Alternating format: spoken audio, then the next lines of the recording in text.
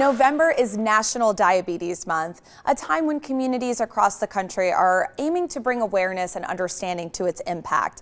Joining me this morning to share her story and how she's helping others reach new heights with their diagnosis is owner of Anything is Possible Training, Danny Proenza, and Type 1 diabetic marathoner, Griffin Ramsdell. Good morning and welcome to you both. Hi, good morning. Thanks so much for having us. Now, many of us understand there are different types of diabetes. When it comes to type 1, we usually think of juvenile diabetes.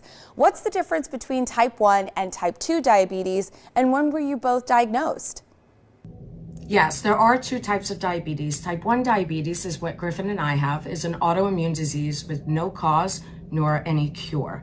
So our bodies do not make any insulin whatsoever, so we have to rely on things as insulin pumps and multiple daily injections essentially to stay alive.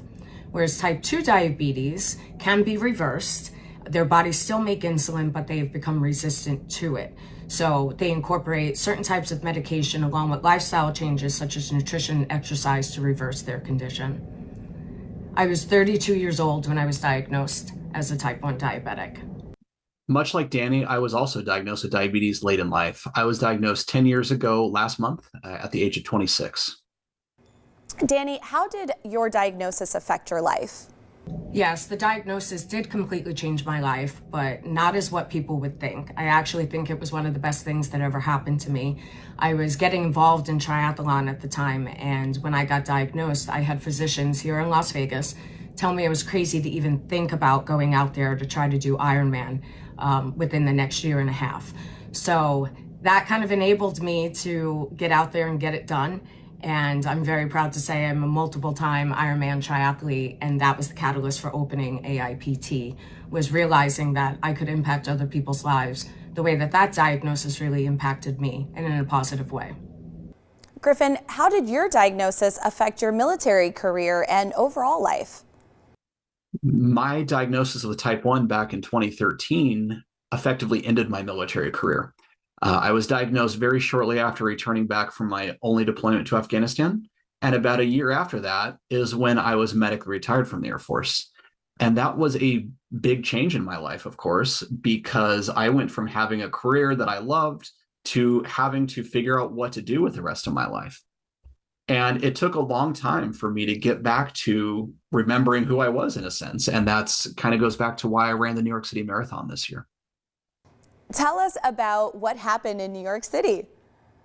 Last weekend in New York City, I had the absolute honor of coaching 9 type 1 diabetic athletes at the New York City Marathon that were part of a larger training group.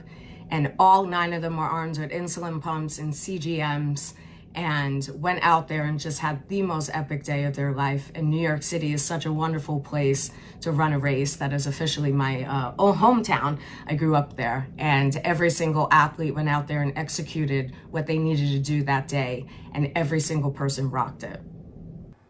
What is it like to be an endurance athlete with type 1 diabetes, and what's next?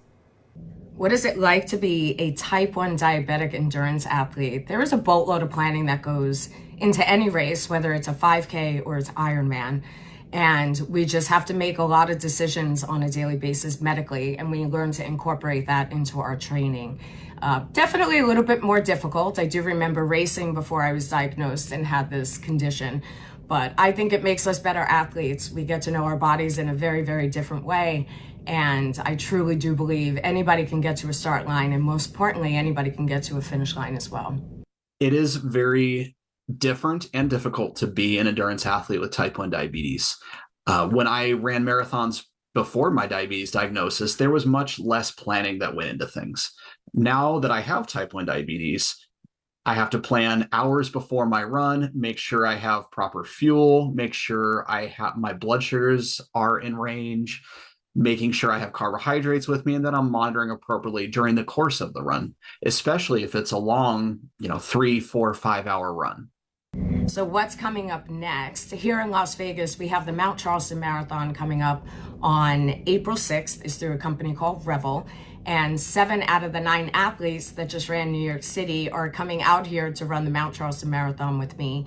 They also have a half marathon option for people that aren't ready to tackle the full 26.2.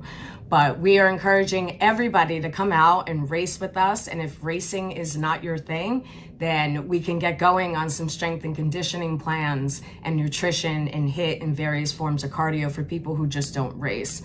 So you can find us at aiptnow.com. You can fill out a form and we'll get you guys going. As far as what's next, like Danny said, I'm running the Mount Charleston Marathon with the rest of Team AIPT in April. And then in July, I am competing in a half Ironman in Oregon. And then after that, we'll see what happens. Potentially another marathon in the fall or a full Ironman. But what I do know is that it's going to be a fun adventure. Thank you both for sharing your story. To keep up with Team AIPT and the upcoming Mount Charleston Marathon, visit aiptnow.com.